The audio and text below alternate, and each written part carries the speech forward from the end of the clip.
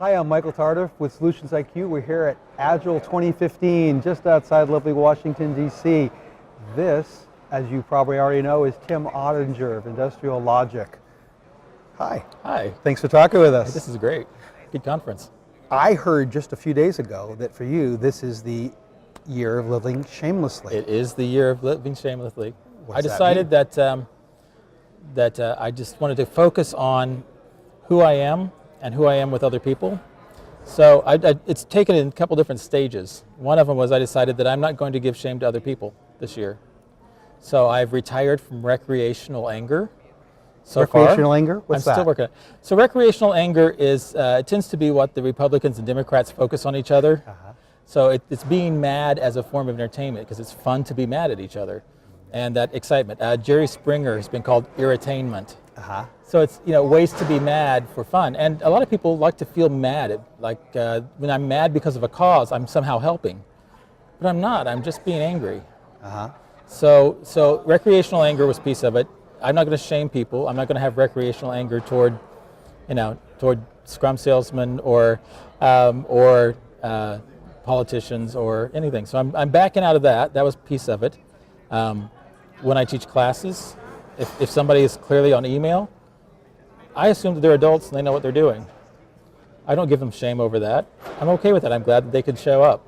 So it's little things like that. And then also, for my decision making, I've decided to not act in expediency if there's any other choice.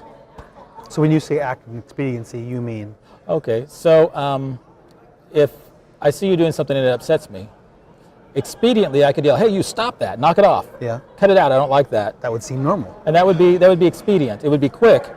But in fact, what's probably going to happen is that you're going to resent that. And in the resentment, you'll be a little frustrated with me, and it's going to poison future interactions between us. Tim yelled at me. Yeah, Tim's kind of a jerk, and he'll yell at you. Don't let him catch you doing that, and the story will get around, right? So instead, I see you doing something I don't like. My question is, well, why is that my problem? And is this really a problem at all? So I'm not going to act expediently unless it's to save your life or to help you, but certainly not to make my way clear, not for my convenience. So I'm different in the parking lot, I'm different in the grocery store, and I'm not just swallowing anger, it's really a time to look and say, wait, no, let me catch that, and back up. I will not behave in a way that I will be ashamed later. I'm just going to take my time. You know what? The line's going to move the same speed because the head of the line determines the speed. It doesn't matter back here what I do. So I'll just be nice. So where does the anger go? It's amazing, most of it just goes away. And it has moments and until I catch it. So you get a little flare first, right? The person behind you bumps your ankles with the shopping cart, and the thing you really want to do is turn around and throw something. And then you think, okay, this is my problem. Do I just keep my mouth shut? Well, that wouldn't be right either. That wouldn't be appropriate for the situation. So now I'm turning around and saying, ow, that hurt my ankle, you hit me. And just let them know and see what happens from that. If they do it again, then, I could be really angry, or I could just put my foot up on their cart, So there's a little bit of spitefulness grows underneath there, but that's just self-protective. Now, what I would do if someone was going to hurt my friend, then I'm going to step in front of that. That's different. Sure. But it's not acting out of anger and expediency. That's out of love and expediency, and that's different. Yeah. So my year of living shamelessly is to make the decisions that I won't be ashamed of, that I will in fact be proud of, which make me the person I want to be in that moment. Now, we were just talking to Christopher Avery, and you were telling me about how he helped you catch. Right. Because that's the first step to being able to let go, or how do you do that? Yeah. So this is great. So in Christopher's program, and I've been in for about 2 years, I guess, the first step is you have an intention. So my intention was I'm living shamelessly this year. And it's opened up to smaller ideas along the way. And then the second step is awareness. So what I need to do is set a break point in my life. When I'm angry and I'm yelling at my son to throw his garbage away, that's my signal, right? I know, I'm escalating.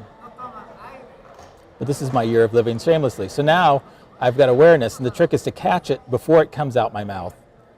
Or if, at worst case, just after. So I have apologized a few times, for things left behind. But there's recreational anger with that too, right? Even parents with children, Dad always yells at me, oh, he's such a jerk, I just can't stand him. Or, oh, that kid always leaves that on the floor. Why does he do that? And I hear the words come out of my mouth, and I look at my wife's face, and I realize I didn't catch it, so I back it up again. And so I'm trying to bring this to coaching. I think that this is all a fundamental part of Christopher Avery's Leadership Gift Program. It's part of who I want to be as a person, and it seems to actually be working so far. How do you know it's working? Because I'm not catching it late so often, and I'm not catching it at all as often. So it's working for you. Yeah, it's working for me. How do you know it's working for others? Well, I don't know if that's my problem. Ah, nice. So it's more about who I want to be.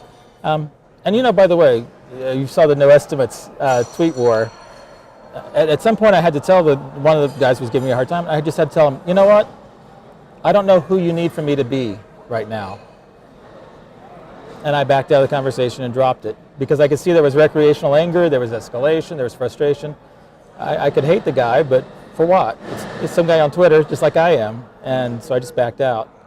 And I feel better about that. I just had to not bury myself in that. So even with things like that, people, they're going to push. And I can't coach them once they hate me. Now, I bet there's some people out there thinking, wait a minute, I tuned in for this technology podcast about what does this have to do with the work that we do?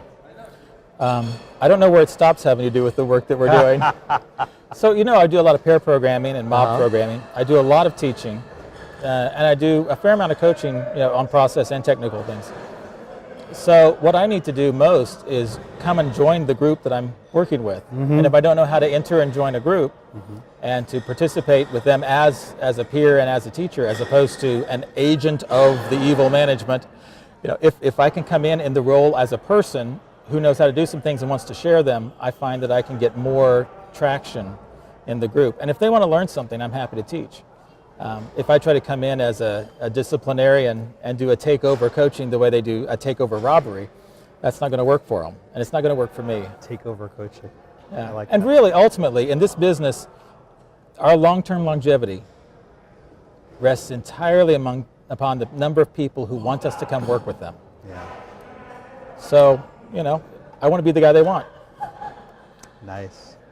You're living shamelessly. Did it start with the calendar year or? It started in February. In February. I always have a dread of doing annual, the people do the New Year's resolutions, and I just always dread that because it's what everybody else does. But last year, somewhere in January, it dawned on me that I wanted it to be the year of the brain. So I spent all last year reading, cognitive science stuff and, cognitive biases and organizational dynamics and loading up my head with a lot of that. And started with the Christopher Avery program. And so this year, I felt like, I've done a lot of reading, but it's like everything else. You can go to a class and you learn how to do TDD, but you've learned how to do TDD. Right. You've got to take it into your own code, right? Or it doesn't matter. So this is my way of bringing it into my own code base. So my life now has to be the place where I practice all the things I've studied. Well, if you're watching this and you're still at Agile 2015, you can find Tim, not hard to find, and talk with him more about this. But how about if people who are watching this and aren't here, if they want to talk with you, how they do it? Well, it's really easy. There are a number of easy ways. If it's 140 characters or less, then it's at Tottinge, Tottinge. It's a Twitter handle, but that's the same name. If you put the at on the other side, it's Tottinge at industriallogic.com, and I can be reached there. And also I'm on Google and Skype. Every place I go, it's the same name. Excellent. Thanks very much for spending time with us. And once this is over, I get to talk to Tim more. You should try it too. Thanks very much. Thanks.